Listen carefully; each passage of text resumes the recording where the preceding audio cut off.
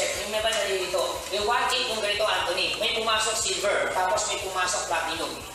Yung ipapares lang rin natin kung yung pinakamababang points, doon tayo mag-base. Kasi po, consistent tayo, pumasok sa left 100 points, pumasok sa right is 100 points. So automatic po play pulse 1,200 points. Okay, 1-8 may pumasok. Silver, 100 points po ang ano niya. Tapos, 700 points naman sa platinum. 1,200. So may rating pong 600 points. Kapag hindi yan, paano kung dito scenario, Anthony? Paano kung meron na-invite naman ako doon sa kabila? Doon sa left ko, 300 gold. 300 points yan. So ipapares mo natin yan sa 600. So may matitira po dyan, 300. So 3,600 ka. Paano kung may nagpasok ulit gold? Ipapares natin sa natitira. Kapag niya po. So ang rating niya, 0 po kawais. Balik sa 0 rin. Hanggang sa maubos na. Klaro po ba yun? Nakasanayan natin, siyempre. So, this is a point system. Pag ang tao pumasok, tao sa tao, pairs tayo, tao sa product, kasi yung ultimo product, ipapares na natin, and product to product, mag-differs ko tayo. Okay? Okay, ito po yung loyalty, ano natin? Loyalty condition. Yes. Nasiguradong magiging. Yes, yung loyalty condition natin, ito po. Guys, pansinin niyo po, mas malaki talaga yung potential nito pag platinum. Kasi bakit? Ang positions platinum, 12% ka sa first level mo, mamaya explain ko sa inyo, and 8% loyalty, 8% ka sa second level mo, sa third level mo, 5% loyalty income mo, kung ikaw gold, 8% sa first level mo, and 5% naman po sa second level mo loyalty commission, and silver 5% sa first level mo. Ganito po yan. Pansinin niyo po ito ha. What if your position na platinum, tapos yung first level mo, umikita ng 1 million, pwede mangyari? Yes. Pwede mangyari? Opo, pwede po mangyari po yan. Kasi nga naman, imagine mo, kung nga naman si Sherman, charge ng Uriah po ay downline ko, tapi 3 million. Sabi na natin, 1 million na lang ito. 1 million. So, ibig sabihin, 1 million ng ano? So, 1 million sa paying po. So, kung yung tao, yung leaders mo, nag-prepare po siya. Paying nga, tapos total income niya every month 1 million, good news ko, 12% ka dyan.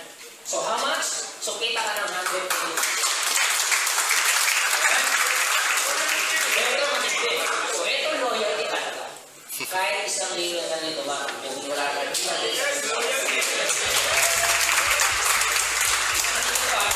Ito good news. Siyempre, first level mo. So kung meron kang 10 direct, na nagwa 1 million, so 1.2 million. Sa isang million. Kasi kaya ang mangyayari talaga dito, pwede kang mag-spill over. Ito yung hindi ka manghihinayan sa spill over mo. Tama po ba? Kasi iba pag nag-spill over, nanghihinayan eh. So pwede ka na bumato. Baka mahihiya, kasi alam mo, pagdating ng panang kumikita na yan, may pakinabang ka. Ito, good news po. Yung 1 second level niya, kumikita ng 1 million. So good news po, 8% ka dyan, 80,000 kung merong 10 direct po yan, yung first level mo may 10 direct din, bakit ka naman dyan ang 800,000? Good news po, siyempre yan. Yung third per second level mo, invite, nagwa 1 million din yan. So 5% ka dyan, 30,000 ka. Kung merong 10 direct din yan, o di 500,000 ka. Okay?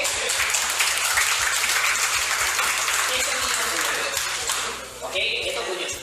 Okay, so, kung ang position mong gold, siyempre mas mababa, 8% ka, 80,000, and first level, 1 million, hanggang second level ka. Okay? Sa kung silver ka, ito good news ko eh.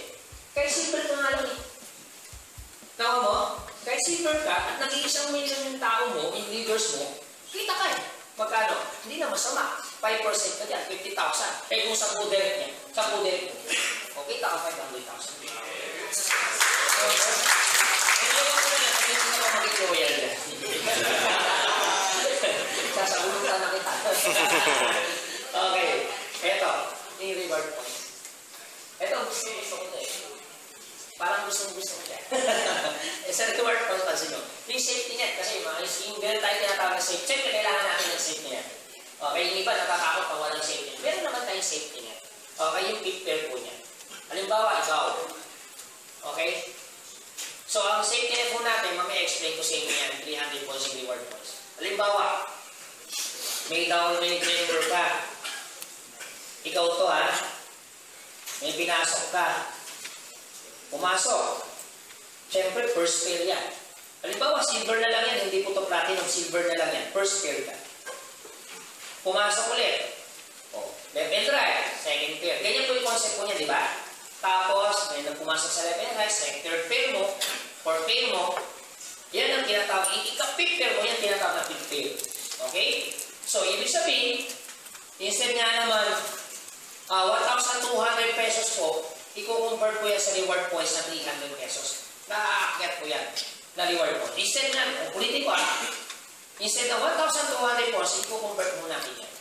Reward points, 300 pesos. Ipapasok natin yan sa reward points. May iipon po ang reward points, ganito po yan. Pansinin nito Halimbawa, ikaw, nag-prepare. Okay? Nag-prepare. So, meron ka 300 pesos reward points. O ano, 300. So, i-prepare ka. Dito po yan. Ano nangyari dito? Prepare, para yung first siya. Okay.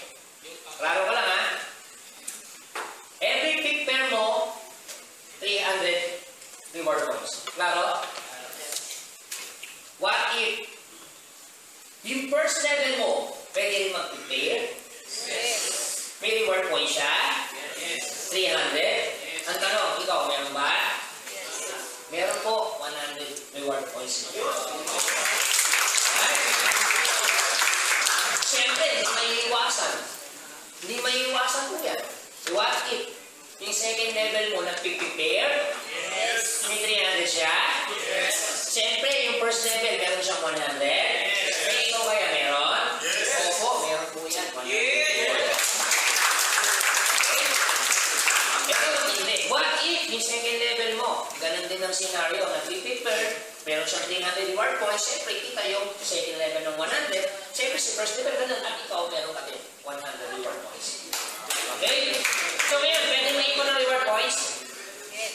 Pwede mo rin may pwede So, instead na naman product ibibigay namin sa inyo, reward points mo lang. Kasi yung nangyayari, kahit bigyan ka namin product na napakalaki, hindi eh. So, sobrang dami ng product, hindi pa black market din yan. Kasi yun yung nangyayari.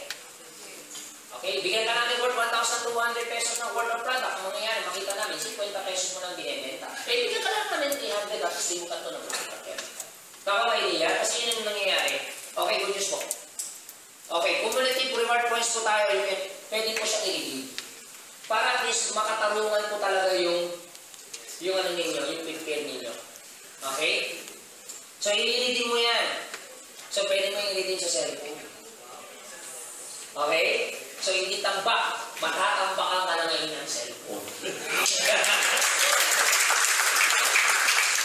Eh, tama-tama. Kung meron kami ng mga anak, bigay ko, unang redeem ko na cellphone. So, lalagay na namin dyan yung kung ilang points yan.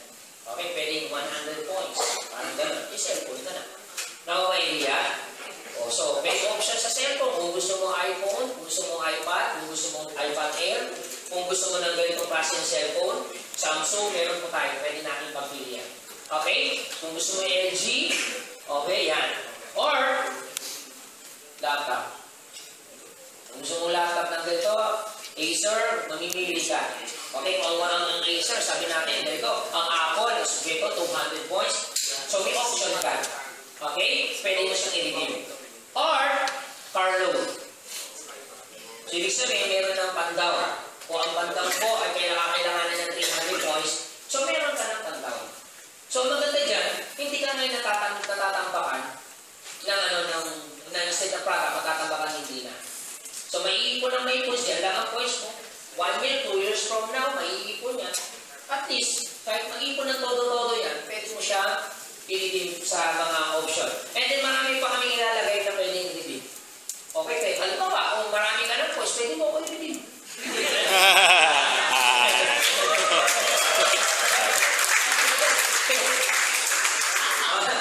So, yun, pwede po. 24 hours lang po, nga lang.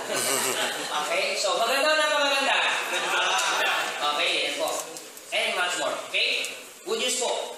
Meron po tayo yung level bonus para doon sa residual income po natin. Okay, so gusto namin kasi satisfied po kayo sa unit level. Ayaw namin magbigay ng residual income na kikita ka lang ng 2 piso, 1 piso, Ayaw naman po namin ng gano'n. Gusto namin kumita po kayo para at least, agad naman natin, paras-paras na tayong mga leaders dito, paras-paras na networker.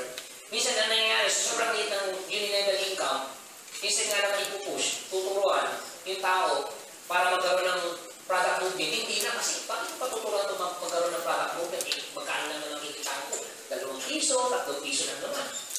So, huwag ko kayo maglala kasi gusto namin, kumita po kayo ng malaki. Para at least, may product movement. Dahil yung product movement, kumikita ka ng malaki sa uni-level, imumugot talaga yung product, tuturuan na yung tao. Klaro po ba yan? Yes. Okay, excited po ba? Yes. Okay, good news po. Grab this opportunity. Remember, ako, this is a law course. Iba kayo talaga na una. Kakawalian. Since kayo hindi dito, kayo po ba talaga na una? Opo, kasi wala kang dito. Kaya sigurado na una. Kung meron na yung good, kulit na talaga. I mean guys, ako naniniwala naman ako wala naman saturation. Pero siyempre, iba pa rin yung law course. Baka may iyan. So, advantage mo. Maaaring hindi po lahat mapiplace po natin. Pero kung isa ka sa dito, may gagrab tong opportunity, believe me, isa ka talaga na yayaman talaga dito. Alright? Kami na po, huwag kayo pahuli. Kasi ganun talaga. Pag hindi ka nag-decide, ano pa po decision? Okay? So, kami po, kung ako nga po, iniikot namin po ni Chairman Charles Naurayan, ni Chairman Junagaraw, ang buong Pilipinas, na hindi nga namin kumpanya pa. Eh, how much more kumpanya na namin? Eh, kami nga, ako nga, SB po ako, kahit isang durin ko, hindi naman ako sinisweldohan. Pero, umiikot ako, nasasakripisyo po ako para maservicean yung mga taong gusto rin namin tulungan. So, how much more kumpanya na namin? Tama po ba yan? Yes. So, mas lalo na. Okay?